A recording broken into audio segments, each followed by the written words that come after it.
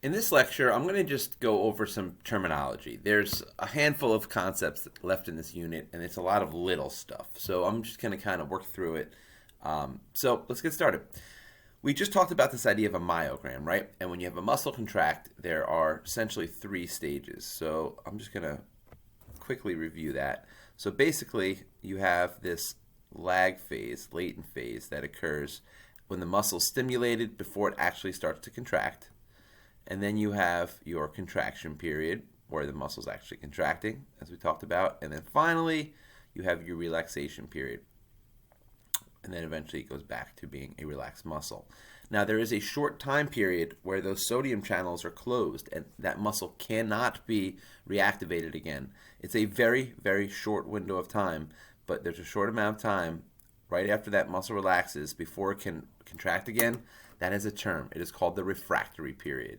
So the refractory period is very simply, it's the time where when a muscle contracts, a secondary contraction might not happen right away. Now, I know we talked about this idea of summation, where one muscle contraction builds off of another one. That's able to happen because that muscle has not relaxed yet. So if the muscle has a chance to relax, there is a short time period where that muscle will not be able to contract right away again. And when I say short, I mean milliseconds. So it wouldn't even be picked up. Like if you tried to contract your muscles twice, you could do that no problem. This is a very short amount of time. This comes into play when we talk about the cardiac muscle, your heart muscle. So we'll talk more about that later. But for now, just know that the refractory period is a very short amount of time after a muscle contraction where you might not get a second contraction.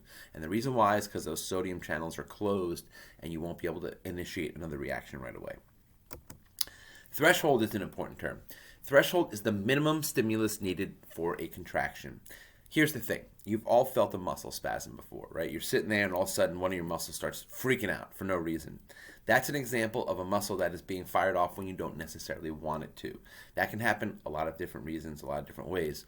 But the point I'm getting at here is we control our muscles because there's a certain point at which a muscle is stimulated before it contracts. So there's a minimum stimulus needed for that contraction.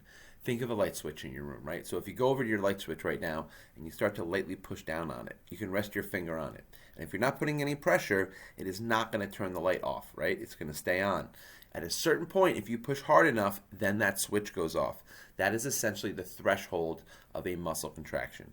So a muscle might be getting slightly stimulated by acetylcholine, but there needs to be a certain amount of acetylcholine present for that muscle to actually fire off. And that is called the threshold. And that's important because what that does is it allows us to control our muscles. If they fired off easier, you would find yourself with muscle spasms all the time because messages going from your brain could be going to your muscles when you don't necessarily need those muscles to function. So what this threshold does is it allows us to control our muscles and how much of an impulse gets sent. Now, all or none goes along with threshold. All or none is the idea that a muscle contracts or it doesn't contract. There's no in between. There's no such thing as a partial contraction. It's an all or none response. As soon as you hit that threshold, if a muscle hits that threshold of stimulus and that muscle contracts, it either contracts or it doesn't. It works just like a light switch. I'm going to use that analogy again. I'm not talking about a dimmer switch. So if you have a dimmer switch in your room, throw that out the window. I'm talking about a regular old light switch where you flip it on and you flip it off. It doesn't matter if I hit that light switch with all of my force or if I lightly turn it off or turn it on, the lights go on the same amount of intensity, right?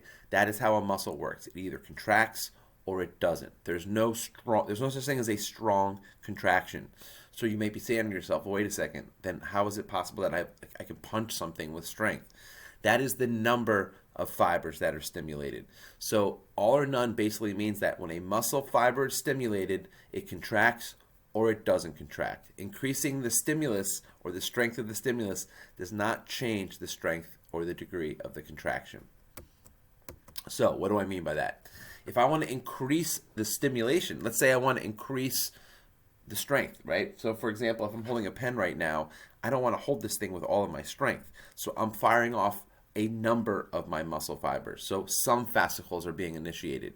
If now all of a sudden this was a rope that I was hanging on with all of my, I'm hanging off of a helicopter right now for my life, well, now I'm going to be engaging way more motor units because now it's not just holding a pen. Now I'm holding onto a rope that's going to save my life. So what controls the strength of a contraction? It's not the individual muscle fibers. They're all or none. They're either on or they're off. What controls the strength of a muscle contraction is the number of motor units that I'm engaging. Perfect example. In the beginning of this unit, I showed you a video where a guy threw a boulder off of himself.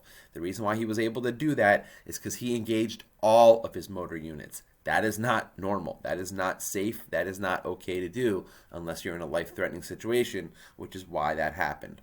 So just make sure you understand the fact that a muscle contraction, the strength of that muscle contraction is really controlled by how many motor units are being engaged, which leads me to the next concept, which is recruitment of motor units. Great example, right? Let's say right now I'm holding this clipboard, right? This clipboard's not very heavy, so I'm not using very many motor units. But let's say you're like, oh, Mr. Adolf, do me a favor, hold on to this book. And you start piling books on top of here. Well, now all of a sudden it's getting heavier and heavier. So what ends up happening is my brain engages more motor units. So my bicep muscles, which are holding up this, clipboard right now, they're not being very engaged because this is not very heavy. But if you were to start piling up weight, well, now all of a sudden I would have way more motor units engaged. And that has a term, and it's just recruitment of motor units. So as you need more strength, your brain is going to engage more motor units. It's like if you're going to get into a fight, you might want to call some friends in to help you out. That's essentially what's happening here. Another thing that also increases the rate, the degree of contraction is the rate of stimulation. So if you have multiple stimuli going one after the next, that leads to that staircase effect that we talked about, right? And that's what this is talking about here. As you increase the rate of stimulation, if they happen one after the next, that muscle is going to have a stronger contraction than if it was just one stimulation. And that's that idea of the staircase effect. I'm going to finish up this lecture with just a couple more terms. The term muscle tone you probably heard before. Some people have natural muscle tone. Well, that's not what we're talking about here. Muscle tone is the idea that there's a sustained contraction caused by your muscles going to your spinal cord to the small muscles in your back and neck. So muscle tone is just the idea that everybody has to stand upright. Gravity is causing us to all have to always have our muscles contracted sitting upright. The only time you're not contracting your muscles of your neck and of your back are really when you're laying flat on your back. And even then, your muscles are still contracting to support your spine. So there's a small amount of stimulus that is being sent to the muscles that support your spine. You might have heard those terms before. They're called your core muscles, right? Your core muscles are what support your spine and your neck, and it's important to have strong core muscles. Otherwise, you end up with back problems over your life. So muscle tone just refers to the idea that it's a sustained contraction that is going from your spinal cord to all these little tiny muscles along the sides of your vertebrae and your neck, and that just keeps you upright. And that's what that means, muscle tone. Okay, I'm going to go over this last concept here, and then that'll be enough for this lecture. And I've talked about this before, but it's this idea of hypertrophy and atrophy. Hyper means more, a means not, okay? And trophic means energy, really. But in this case, we're talking about muscle. So here's the thing about a muscle. A muscle is only as strong as the fibers in that muscle. You are born with a set number of muscle fibers that you have for your entire life. So how do you get stronger? How can I build muscle? Well, what ends up happening is that muscle increases in diameter. So if I use an example here, if this is, let's say, a single muscle fiber, it has a set number of actin and myosin fibers, right? So let's say these are our actin fibers, and I'll just throw in some myosin fibers right in between. I know this is not a very accurate picture, but you get the idea. Now, if I want to increase the strength of that muscle, what I would do is I would work out, right? And when I do that, I don't get more muscle. What I get is I get more protein fibers. So what happens is my muscle starts to produce more actin, so I end up with more actin fibers, and I end up with more myosin fibers. And what ends up happening is the diameter of that muscle, the size of that muscle, is going to increase. And if the size of that muscle increases, the amount of force that it can hold increases. Perfect way to think of this. Imagine I had like a wire hanging down, holding up a heavy weight, right? Let's say this is a heavy weight right here. Now, this wire, it can only hold so much weight because it's only a certain diameter. So if I increase the diameter of that wire, right, and make it a thicker wire, well, now I can hold more weight. It makes sense, right? Well, that's exactly what's happening with your muscles. And that has a term called hypertrophy. So hypertrophy is when you increase the actual tension in the muscle and you have an increase in actin and myosin fibers, which causes a stronger contraction. And in order to make that happen, you have to exert more than 75% of the maximum tension of that muscle. So what does that mean? What that means is, let's say I want to build my chest muscle and I want to do some bench pressing. If I want to build actual muscle, let's say my maximum bench press is 100 pounds. That's the most I could ever push up with weight on the bar. I need to be doing at least 75 pounds if I want to build muscle. I need to be doing at least 75%. And then you have to increase that number, right? So as my muscle becomes bigger and I become stronger, that number has to go up. So you probably heard that term before, right? Are you working out for building muscle, or are you working out to tone? If you're trying to build muscle, you need to be doing at least 75% of your maximum tension.